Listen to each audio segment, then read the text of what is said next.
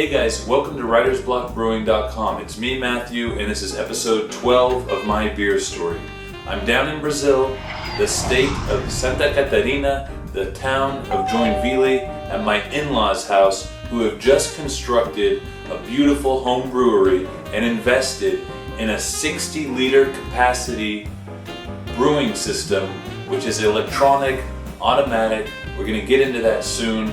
We just got done brewing an American IPA.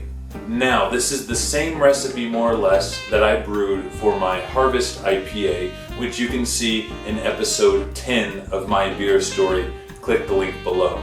Also, in episode 11, last episode, I reviewed and tasted that beer. I needed to reclassify it as a sweet pale ale because my homegrown hops did not balance the heavy grain bill, so it turned out very sweet and not too hoppy. But I was happy nonetheless with the beer. And today, with brewing the same recipe, we're going to have another chance to get an outcome of a real, true to form IPA. Now, today's recipe needed to be slightly adjusted because we could not get all the same grains down here in Brazil that the recipe called for. We used about 14 kilograms of a Pilsner malt, which is a 2-row. Then we used about 2 kilograms cumulatively of a Cara Munich, Cara Red, and a Munich malt, which are essentially replacing Crystal 15 and Crystal 45, just to give the beer a little bit more darker golden color. Now, into the BrewBot, we added 75 liters of water, hoping to make a 45-liter batch of beer. Added 75 to account for boil off and then absorption into the grains. Now, the electric BrewBot system is super easy to use. You program in your strike temp, mash temp, rest time, your hop additions, and the system alerts you along the way, adjusts the temperatures along the way. You program in your hop additions, it alerts you, so it's super easy to use. We mashed in at 149 degrees Fahrenheit and held the mash rest for about 90 minutes. Now, during the mash, a pump circulates the wort through the grains, which are contained in one vessel, and then is filtered up through the top and trickles over that vessel into a larger vessel, which will become essentially the boil kettle later. This circulation occurs during the entire mash time. So there is no sparge what you do, as this circulation is cleaning the grains and circulating back through the grains, keeping itself clean.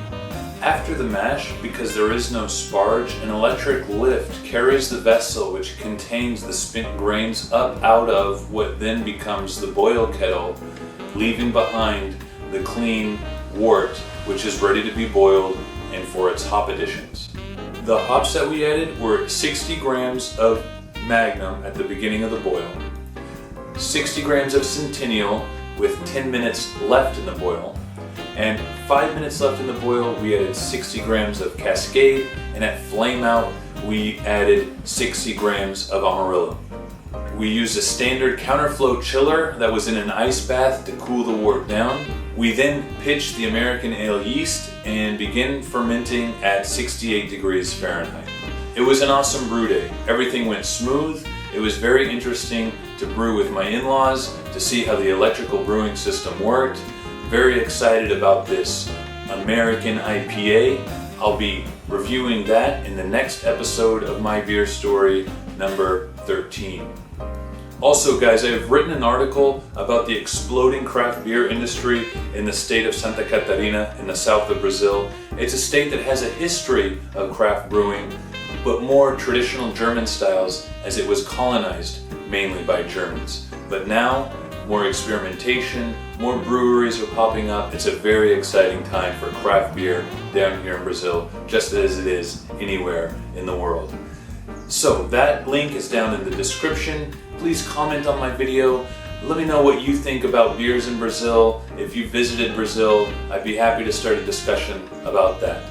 Please subscribe to my channel, like, don't forget my weekly bottle cap contest, and check out my beer story number 13 when I review this IPA that we brewed today. Thanks for watching, guys. Cheers. Thanks again for watching, guys. Please subscribe to my YouTube channel. Show your support by liking and commenting on my videos. Also, check out my blog, writersblockbrewing.com, for a whole lot more content. I'm also on social media. Thanks for watching, and cheers.